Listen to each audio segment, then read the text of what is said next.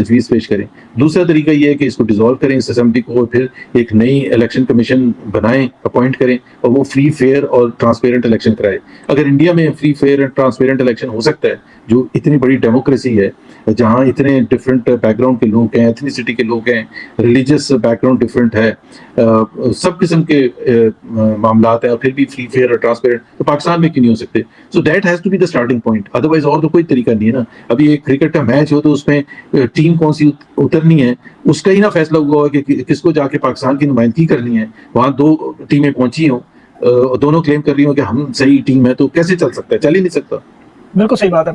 इमरान खान साहब के केसेस अभी जो आप देख रहे हैं, जिस तरह एक-एक करके केसेस बनाए गए हैं, ये एक आपका इंडिपेंडेंट ओपिनियन, आप ज़ाहिर है मुस्लिम लीग नून में भी रहे हैं, लेकिन अब आप उस पार्टी में नहीं है, उस पे भी हम कुछ थोड़े से सवालात हैं मेरे। खान साहब के केसेस को आप कैसे देख रहे हैं? क्या आप आज़ाद अदलिया जिसकी आप बात कर रहे हैं, ये केसेस इमरान खान के खत्म होंगे या इनको लटकाया जाएगा, और ये कब तक खान साहब की रिहाई एक्सपेक्टेड आपके ज़हन में? पाकिस्तान में ज़ाहिर है कोई लीगल बेसिस पर तो केसेस बनते नहीं हैं, ना लीगल बेसिस पर उनको छोड़ा जाता है। पॉलिटिकल बेसिस पर सारे केसेस बनते हैं, और पॉलिटिकल रीजंस ही के बेसिस पर छोड़ा जाता है, और ये कोई तारीख में पहली दफ़ा पाकिस्तान में नहीं हो रहा। मुजीबुर रहमान से लेके उससे पहले सोहरवर्दी साहब और बाकी जो भी हमारे प्राइम मिनिस्टर्स या सीनियर लीडरशिप रही है, जुल्फ़िकार अली भुट्टो और बेनज़ीर और नवाज शरीफ और अब इमरान खान, तो ये तो हो नहीं सकता ना। कॉमन सेंस ये नहीं सजेस्ट करती, या कोई भी न्यूट्रल आदमी को बाहर बैठा हो यूरोप में या यूएस में, तो वो कैसे मानेगा सारे खराब काम जो है, गलत काम जो है, वो इमरान खान कर रहा है और इसलिए अंदर बंद है। तो सबको थोड़ी सी कॉमन सेंस वाले को ये पता है कि these are all politically motivated cases. जिस दिन हवा का रुख बदलेगा उस दिन वो केसेस भी खत्म हो जाएंगे। बिल्कुल सही। अच्छा, आप कैसे अलग ही हुई नून लीग से? वो कहते हैं जी, एक तो वोट ऑफ नो कॉन्फिडेंस पे, दूसरा शहबाज शरीफ साहब की जो परफॉर्मेंस है इलेक्शन में, आपको लगता है कि रिग्ड इलेक्शन थे, इन्हें मैंडेट के बगैर नहीं आना चाहिए था, और ये सारा इलेक्शन में जो मामला हुआ और उनकी परफॉर्मेंस पे, क्या ये बातें दुरुस्त है कि ये 3 वजूहात हैं आपकी नून लीग से अलग होने की? जाहिर सी बात है, एक प्रोसेस होता है जिसके बुनियाद पर आप कहते हैं फैसले बहुत से ऐसे होते हैं जो कि आप डिसएग्री करते हैं, और बहुत सी ऐसी चीज़ें होती हैं जो कि आप पब्लिक में आके उसका इजहार भी नहीं करते। पार्टी डिसिप्लिन होता है, लेकिन इंटरनल पार्टी मीटिंग्स में आप ज़रूर इजहार करते हैं। वोट ऑफ नो कॉन्फिडेंस बिल्कुल मैं उसको अपोज करता था, और अब भी मैं समझता हूँ कि वो नहीं होना चाहिए था। उससे पीएमएलएन और पीटीआई को छोड़ते उससे पाकिस्तान को नुकसान हुआ था, और उसकी एक बड़ी सिंपल सी, या तो वोट ऑफ नो कॉन्फिडेंस करा के इलेक्शन करवा देते।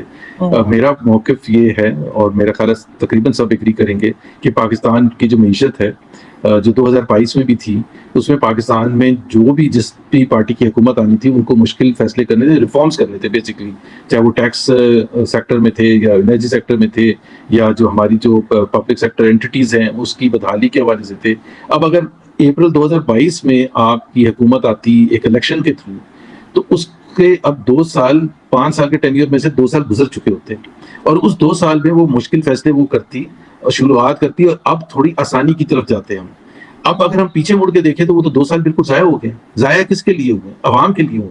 उस वक़्त भी मुश्किलात बर्दाश्त करनी पड़ी, चाहे वो पेट्रोल की प्राइसेस में इज़ाफ़े की वजह से था, या महँगाई की वजह से था, जो अनप्रेसिडेंटेड महँगाई हुई। अब दोबारा से शुरुआत हो रही है, और अब बताया जा रहा है कि जो 5 साल का पीरियड है, इसके पहले 2-3 साल कठिन होंगे। तो ये पहले 2-3 साल अगर गुज़र चुके होते, तो अवाम के लिए इस वक़्त मसाइल में कमी आ चुकी होती, या एटलीस्ट वो देख रहे होते कि हाँ, उसका फ़ायदा हो रहा है जो आपने रिफॉर्म्स इनिशिएट किए थे। अब यहाँ से शुरू होंगे ये नहीं, ये तो मैं नहीं कह सकता। So we wasted those 2 years completely. जो भी पार्टी होती है हुकूमत में आती, तो उसके लिए ये एक आसान तरीका होता है, लेकिन हमने वो एक इंटरिम पीरियड कि जी अभी इलेक्शन होंगे, और ये तो पता ही नहीं कि कब इलेक्शन होंगे, शायद पहले ही असेंबली तोड़ दी जाएगी, और आईएमएफ का भी जब तक नहीं हो जाता, and so on and so fourth. फिर उसके बाद जो केयर टेकर सेटअप आया, which was a continuation of the previous PDM government, क्योंकि उन्हीं के लगाए हुए थे और उन्हीं के लिए काम कर रहे थे। तो वो जो 6-7 महीने, वो 6 महीने पहले बैठे, और 1 महीना फिर इलेक्शन के बाद जब तक ट्रांसफर होते, 7 महीने उसके, 16 महीने और 7 महीने, पूरे 2 साल तकरीबन आपके गुजर गए। किया क्या है, क्या हिसाब किताब है, there is nothing to show. बिल्कुल। अभी अगर इमरान खान साहब की हुकूमत देखें, शहबाज शरीफ साहब तो कहते हैं बार-बार, अभी उन्होंने फिर स्टेटमेंट दी कि हमने दिवालियापन से बचाया। जब उन्होंने लास्ट टाइम हुकूमत संभाली, तब भी कहा दिवालियापन, लेकिन इमरान खान $22 अरब खजाने में छोड़ के जा रहे थे, 6.2 जीडीपी थी, सनदें भी चल रही थी उस वक़्त, जो अगर आप देखें डॉलर भी मुस्तहकम था, पेट्रोल भी 145। तो ये किस दिवालियापन का ज़िक्र करते हैं कि मुल्क दिवालियापन हो के करीब था? जो रिजर्व्स जो जिसकी आप हम जिक्र करते हैं, और जिसके बेसिस पर आप कहते हैं कि कम है या ज्यादा, वो स्टेट बैंक के रिजर्व्स होते हैं। डॉलर्स एक जो स्टेट बैंक के रिजर्व्स होते हैं वो होते हैं, और एक कमर्शियल बैंक्स में जो कि अवाम के अकाउंट्स हैं डॉलर्स के।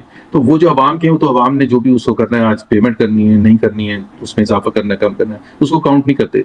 तो जब वोट ऑफ नो जनवरी 2022 के एंड में जब वोट ऑफ नो कॉन्फ्रेंस का फैसला हुआ था, उस वक्त तकरीबन $17 बिलियन रिजर्व्स थे, चले सकते हैं। और जो कि कंफर्टेबल थे। कंफर्टेबल इस बेसिस पर कहते हैं, उसकी एक निशानी एक बड़ी क्लियर होती है कि क्या वो कंफर्टेबल थे, कम थे या ज्यादा थे। उसका पता चलता है उसकी रुपी डॉलर पैरिटी पर, कि जी रुपए एक प्रेशर में है और बहुत बुरे तरीके से डिवैल्यू हो रहा है या नहीं हो रहा।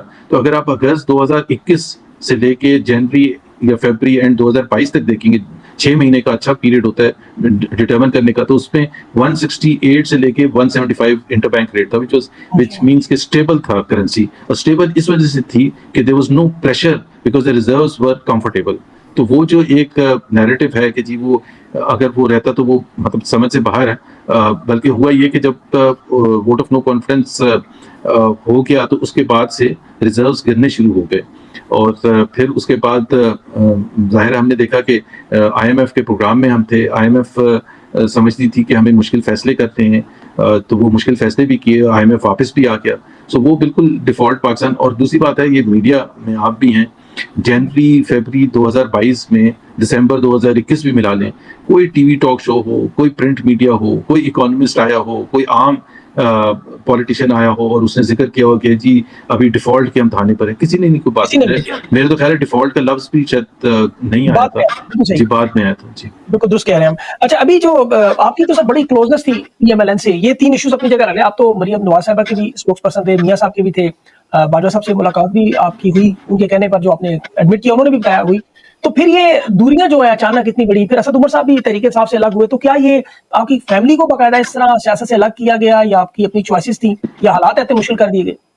देखिए, एक तो बात ये ऑन अ जनरल बेसिस, चूंकि आपका ये बाहर देखा जाता है चैनल, ये मैं ज़रूर कहना चाहूँगा कि ये बड़ी अनफॉर्चुनेट बात है कि पाकिस्तान में हमेशा से कहा जाता था कि जी मारूसी सियासत होती है, वही ख़ानदान के लोग आते हैं जो कि जिनके पहले जनरेशन की पॉलिटिकल पार्टी हुई। अगर आप पीएमएलएन को देख लें तो चाहे खुर्रम दस्तगीर हों या मरियम औरंगज़ेब हों या एहसन इकबाल हों या ख्वाजा आसिफ हों और बेइंतहा दानियल चौधरी हों, तो वो ज़्यादातर 98% तकरीबन जो लीडरशिप होती है वो इनहेरिट उन्होंने किया था पीएमएलएन को। तो मेरा और असद का पॉलिटिक्स में जाना, हम obviously we went from non political backgrounds, और ना ही पॉलिटिक्स में हमारे को खानदान का कोई था। और दूसरा ये कि एक प्रोफेशनल बैकग्राउंड से, बिल्कुल कॉर्पोरेट वर्ल्ड में वो भी काम करते रहे, सारा कैरियर उन्होंने बनाया। मैंने भी आईबीएम में 26 साल गुजारे। तो वी थॉट कि ये एक अच्छा एडिशन होगा पाकिस्तान की पॉलिटिक्स में कि अगर इस किस्म के लोग आएंगे। ज़रूरी नहीं होता कि उनके आने से सब बातें मान ली जाएं, लेकिन एक ज़रूर एक फ्रेश चेंज ज़रूर होता है कि जी, क्योंकि वो आपका तो ना आपके बच्चों का इन्हिसार होता है कि सारी उम्र अब मुझे पॉलिटिक्स में रहना होगा और मुझे इसी से फ़ायदा है, यही हमारा जो तरीक़ेकार है रोजगार का, या जो भी आप कह लें। सो इट इज़ अनफॉर्चुनेट कि अगर पढ़े लिखे लोग आएँ और उनके लिए फिर इस तरह से मुश्किलात पैदा हों, तो it's not a good thing for Pakistan. खासतौर पर अगर आप कराची के पॉइंट ऑफ व्यू से देखें, कराची में पिछले 40 साल से 45 साल से एमकेएम ही मोस्ट पॉपुलर पॉलिटिकल पार्टी रही है। और सो जो मेन स्ट्रीम पॉलिटिकल पार्टीज में कराची का कोई हार्डली, एक Miftah Ismail was the third person that I can recall जो कि पॉलिटिक्स में आए ऐसे, और उनके साथ भी आपको पता कि क्या हुआ। तो कराची से लोग जो हैं और with this background, business background, corporate background, मेरा ख्याल है कोई अच्छी एग्जांपल नहीं हम सेट की कि उनके लिए फ्यूचर में कोई कोशिश करे कि जी मैं सिटी बैंक में काम करता था 25 साल, अब मैं पॉलिटिक्स में आना चाहूँगा, तो वो हमारी तरफ देखेगा कि जी। बिल्कुल सही। अच्छा, अभी सर, अभी आपने तो दोनों पार्टियों के साथ काम किया है, खान साहब को भी बड़ी क्लोजली आप जानते हैं, डायरेक्टली इनडायरेक्टली आपको नवाज शरीफ साहब के साथ भी काम किया। अगर आप इन दोनों को कंपेयर करें और ऑनेस्ट ओपिनियन आपका चाहिए, बिल्कुल सर, जो आप ट्रू फ्रॉम द हार्ट जो आप सोचते हैं, दोनों रहनुमाओं को सामने रखें, तो आप इनको कैसे कंपेयर करेंगे? इन दोनों में से पाकिस्तान को इन हालात से निकालने के लिए किसके पास सलाहियत मौजूद है? नवाज शरीफ को तो पीएमएलएन ने खुद ने वजीर आजम नहीं बनाया, तो मैं क्या कंपैरिजन करूं। अच्छा, पीएमएलएन ने नहीं बनने दिया? नहीं सर, वो पीएमएलएन तो ऐसा कुछ नहीं किया होगा, वो तो चाह रहे थे, इतने बड़े बड़े पोस्टर थे इलेक्शन से, वो चाह रहे थे, वो कैश कर रहे थे, वो कैश कर रहे थे मियां नवाज, बिकॉज जो पीएमएलएन का वोट बैंक है वो तकरीबन सारे का सारा नवाज शरीफ का, वो शहबाज शरीफ साहब का नहीं है। तो उनको पता था कि इलेक्शन कैंपेन में अगर नवाज शरीफ नहीं आएंगे, जो थोड़ी बहुत जो पॉपुलैरिटी है वो भी फिर नहीं होगी। तो नवाज शरीफ को तो उस तरह से तो इस्तेमाल ही किया गया कि जी उनको हर तरह से ज़रूरी था कि किसी न किसी तरह से इलेक्शन कैंपेन में डालें और इस इंप्रेशन इसके साथ डालें कि वो वज़ीर-ए-आज़म बनेंगे। अगर वो पहले ही ऐलान हो जाता कि वज़ीर-ए-आज़म नहीं बनेंगे तो मेरा ख़्याल है बहुत ही ख़राब होता, इससे भी ख़राब होता। मतलब अभी कितना खराब सर, अभी 17 नशिस्तों की बात करते हैं, अभी पता नहीं एक सर्वे भी आया, फैफेट की रिपोर्ट आई, ईयू की ऑब्जर्वेशन आई, बहुत सारी मुझे नहीं पता 17 है या 20 है या 30 है, मैं I can't say because obviously मेरे पास कोई हार्ड फैक्ट्स तो नहीं है। जी। But on the basis of what we have seen, assessed, बातें सुनी हैं और फरवरी 8 को जो देखा, फरवरी 9 को देखा, उसके बाद देखा, तो आई एम 100% श्योर कि उनके पास वो मैंडेट नहीं मिला था, जिस मैंडेट की बुनियाद पर वो हुकूमत कर रहे हैं। बिल्कुल सही। अभी जो खारजा पॉलिसी के रिलेशनशिप चाइना के साथ, आपको पता है हमारी बड़ी दोस्ती थी, हिमालय से ऊंची, शहद से मीठी, अब तो वो लगता है मार्गला के पहाड़ों से ऊंची। और वो चाइना के साथ एक तो पहली बात ये है कि वो जो कल से परसों से एक आध दिन से वो चल रहा है सोशल मीडिया पर, मुझे उससे एक पहले भी सारे बैकग्राउंड, उससे पहले थोड़ा सा देखें ना काइंडली, तो मतलब जो रोल ओवर होने का मामला है, फिर उसके अलावा आप देखें बहुत सारी ऐसी चीजें हैं जिन 6 महीने उन्होंने सफीर नहीं लगाया रजीम चेंज के बाद। देखे ना, वो एक बड़ा सिंपल सी बात है, एक बड़ी सिंपल सी बात है कि पाकिस्तान का इंटरेस्ट ये है कि चाइना की हुकूमत, चाइना के बिजनेसेस पाकिस्तान में आए और इन्वेस्टमेंट करेंगे, तो बड़ा सिंपल सा है, मेरे ख्याल है कोई भी हुकूमत हो वो चाहती है। अब मसला ये है कि अगर हम जब चाइना जाते हैं और हम कहते हैं कि जी आप आके इन्वेस्ट करें, तो वो कहते हैं कि जी 550 बिलियन रुपए जो हमारे बिजनेस वालों का, आईपीपीस का आपने पैसा रोका हुआ है, वो अगर आप दे नहीं रहे तो हमारे से क्या एक्सपेक्ट करते हैं कि हम आके दोबारा इन्वेस्टमेंट करेंगे। और दूसरी चीज़ ये है कि ये जो सीपैक है, सीपैक का जो भी फर्स्ट फेज था, उसमें जो भी पाकिस्तान की कमिटमेंट थी पाकिस्तान की तरफ से, वो इस हद तक पूरी नहीं हुई हैं जो चाइना को मुतासर करें कि चाइना अब दोबारा आए या दोबारा इन्वेस्टमेंट करे उस तरह से जिस तरह से पाकिस्तान चाहता है। So it's a difficult period for Pakistan. फिर सबसे बड़ी बात ये है कि आपको पता है सिक्योरिटी के स्टैंड पॉइंट से तो Chinese are very worried about it. अभी कोई 1-1.5 महीना पहले ही चाइनीज को 6 या 7 चाइनीज उनका जान से मार दिया गया। अब वो ये पहला वाकया नहीं था। Pakistan has to guarantee the kind of security that the Chinese are looking forward. तीसरी बात ये है कि पॉलिटिकल स्टेबिलिटी वो एक फंडामेंटल रिक्वायरमेंट होती है किसी भी फॉरेन इन्वेस्टर के लिए, और चाइनीज को एक्सेप्शन नहीं है, वो भी सेम एक्सपेक्ट करते हैं कि पाकिस्तान में पॉलिटिकल स्टेबिलिटी आनी चाहिए और उसके बाद हम आके, मतलब उसके बाद भी देखें ना, उनके पास चॉइसेस है ना, पैसा कोई एक जगह रुकता नहीं है। चाइना की कोई जैसी भी इंडिया के साथ रिलेशनशिप है, अगर वो इतनी ऊंची नहीं है हिमालय जैसी, लेकिन चाइनीज और इंडियंस आपस में जिस लेवल की ट्रेड कर रहे हैं वो अनबिलीवेबल लेवल है। Hundreds of billions of dollars हैं इन्वॉल्व हैं, और चाइनीज कंपनीज इंडिया में बिजनेस कर रही है। चाइनीज कंपनी इसलिए बिजनेस कर रही है कि दुनिया की हर बड़ी कंपनी बिजनेस कर रही है, चाहे वो अमेरिकन या यूरोपियन कंपनीज हों। तो चाइनीज, इसका मतलब ये है कि वो कंड्यूसिव इन्वेस्टमेंट माहौल है, उनकी इन्वेस्टमेंट पॉलिसीज में इंसेंटिव्स हैं फॉरेन कंपनीज के लिए। अब हमारे यहाँ अगर आप, एक होता है रेमिटेंसेस, जो प्रॉफिट रेमिटेंस, जो फॉरेन कंपनीज यहाँ ऑपरेट कर रही हैं, वो जो भी पैसा प्रॉफिट कमाती हैं, उनका जो अवलीन काम होता है वो कहते हैं कि जी यहाँ से हम रिमिट कर सकें, स्टेट बैंक उसमें कोई इशू ना क्रिएट करे। अभी पिछले 2 साल में फॉरेन एक्सचेंज की जो सूरत हाल रही है उसमें वो स्ट्रगल की हैं फॉरेन कंपनीज। तो अगर जो एक्सिस्टिंग फॉरेन कंपनीज हैं उनका प्रॉफिट रेमिटेंस बाहर नहीं जा रहा तो नई कंपनी क्यों आएगी? कैसे आएगी? बिल्कुल दुरुस्त सर, ये तो बड़ा वैलिड पॉइंट आपने बताया। अच्छा, अभी जो फाइनेंस मिनिस्टर उन्होंने कहा जी कि सारी चीजें प्राइवेटाइजेशन कर देनी चाहिए, हमारे पास तो कुछ रहना ही नहीं चाहिए, तो आप इस चीज से एग्री? आप चेयरमैन इन्वेस्टमेंट भी रहे हैं, प्राइवेटाइजेशन का आप देखते रहे, क्या सब कुछ प्राइवेटाइजेशन करना सोल्यूशन होगा? मैं इस चीज में बिलीव करता हूँ कि जो कमर्शियल ऑर्गेनाइजेशंस हैं, they should be run by people who understand the business. एक बैंक है फॉर एग्जांपल, वो ज्यादा अच्छा वो चला सकते हैं जो बैंकर रहे हैं, जो बैंक ओन करते हैं, प्राइवेट बैंक है। जिस तरह आज जब HBL एक जमाने में नेशनलाइज था, उसको जब से आपने प्राइवेटाइज किया, उसकी आप प्रॉफिटेबिलिटी, उसकी आप क्वालिटी ऑफ एम्प्लॉइज और इंफ्रास्ट्रक्चर और IT सिस्टम, तो अब कमर्शियल ऑर्गेनाइजेशंस तो चलानी ही प्राइवेट सेक्टर को चाहिए। अब जो फाइनेंस मिनिस्टर साहब बात कर रहे हैं वो बात तो बहुत बड़ी कर रहे हैं, लेकिन अगर आप उसमें प्लान्स उनके देखें तो वो तो प्लान्स है ही नहीं, वो सिर्फ बातों की हद तक हैं। जो बजट में उन्होंने प्रोसीड्स रखे हैं फ्रॉम प्राइवेटाइजेशन, वो सिर्फ 30 बिलियन रुपए रखे हैं। 30 बिलियन तो PIA के भी, मेरा ख्याल है अगर 30 बिलियन की बोली लगी तो बड़ा डिसअपॉइंटिंग होगा। तो इसका मतलब है कि पूरे साल में और कोई वो एक्सपेक्ट कर ही नहीं रहे हैं। सो एक अल्फाज, फिर जिस तरह डिस्ट्रीब्यूशन कंपनीज हैं जिसके बारे में जो बड़ा शदीद, मेरा तो बहुत स्ट्रॉन्ग व्यू है कि वो प्राइवेटाइज होने चाहिए, तो वो उस पर अभी तक हुकूमत, कोई कहता है, इसहाक डार साहब कहते हैं कि बोर्ड ऑफ डायरेक्टर्स को चेंज करेंगे, फाइनेंस मिनिस्टर साहब कहते हैं प्राइवेटाइज करेंगे, अभी तक तो एक पहला स्टेप भी नहीं लिया गया। तो अभी उसमें भी देखें ना कि इस हुकूमत ने बोर्ड ऑफ डायरेक्टर्स 2 साल पहले लिखाए थे, वो तकरीबन 95% मेरिट पर नहीं थे। और अब पिछले 1 साल का जब लॉस आया तो 570 बिलियन रुपए का लॉस आ गया। अब हुकूमत कह रही है कि हम बोर्ड ऑफ डायरेक्टर्स चेंज करेंगे। पहले तो जब तक प्राइवेटाइज नहीं होता तो वो काम तो सही करें जो कि करने की जरूरत है। इससे पहले कि जी हमें अगले साल फिर बताया जाए कि जी 500 बिलियन का और लॉस हो गया। अब इसको ठीक करने के जो भी तरीके हैं, जो भी फैसले, पहले तो फैसले अभी अगर आप मेरे से क्या किसी से भी पूछेंगे तो मैं तो बिल्कुल कन्विंस्ड नहीं हूँ कि they are prepared to undertake the privatisation. जिस मैनर में प्राइवेटाइजेशन की आपने सुना होगा ज्यादातर कि वो आउटसोर्स कर रहे हैं इस्लामाबाद एयरपोर्ट को शायद। अब आउटसोर्स इज नॉट प्राइवेटाइजेशन, मतलब वो तो उसको अगर आप प्राइवेटाइजेशन के उसमें प्रोसेस में डालेंगे वो तो है भी नहीं सही।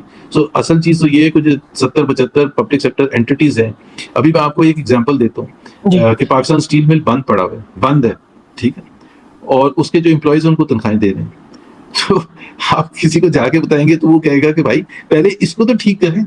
आप इसको अगर why are you paying, why have you kept the employees हजारों की तादाद में जब वो मिल बंद है, और जबकि खुद फाइनेंस मिनिस्टर ये कह चुके हैं कि इसका कोई चांस नहीं है रिवाइव होने का और कोई चांस नहीं है प्राइवेटाइज होने का, क्योंकि इतनी जंक मशीन थी कोई भी आके लेगा नहीं।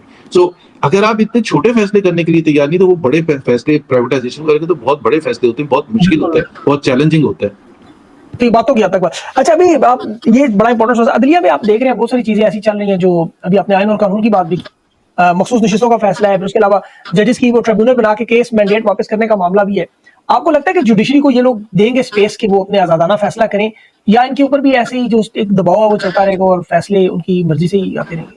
देखिए, जो मैं आइन की बात कर रहा था ना, तो उसमें आइन में जमहूरी जो ममालिक हैं, जिसमें यूरोप भी है और हिंदुस्तान भी है और यूएस भी है और दूसरे कंट्रीज भी हैं, उसमें जो फंडामेंटल चीज़ें होती हैं वो जो 3 इंस्टीट्यूशंस होते हैं वो फंडामेंटल होते हैं to the growth of democracy and to ensure के हर जो शख्स है उस मुल्क का, उसको यकीन हो और तसल्ली हो कि जी मैं I am protected by these institutions, by the independence of these institutions। एक उसमें जुडिशरी है सर फहरिस्त, इंडिपेंडेंट ऑफ द एग्जीक्यूटिव के, वो फैसले करेगी बगैर दबाव के एग्जीक्यूटिव के।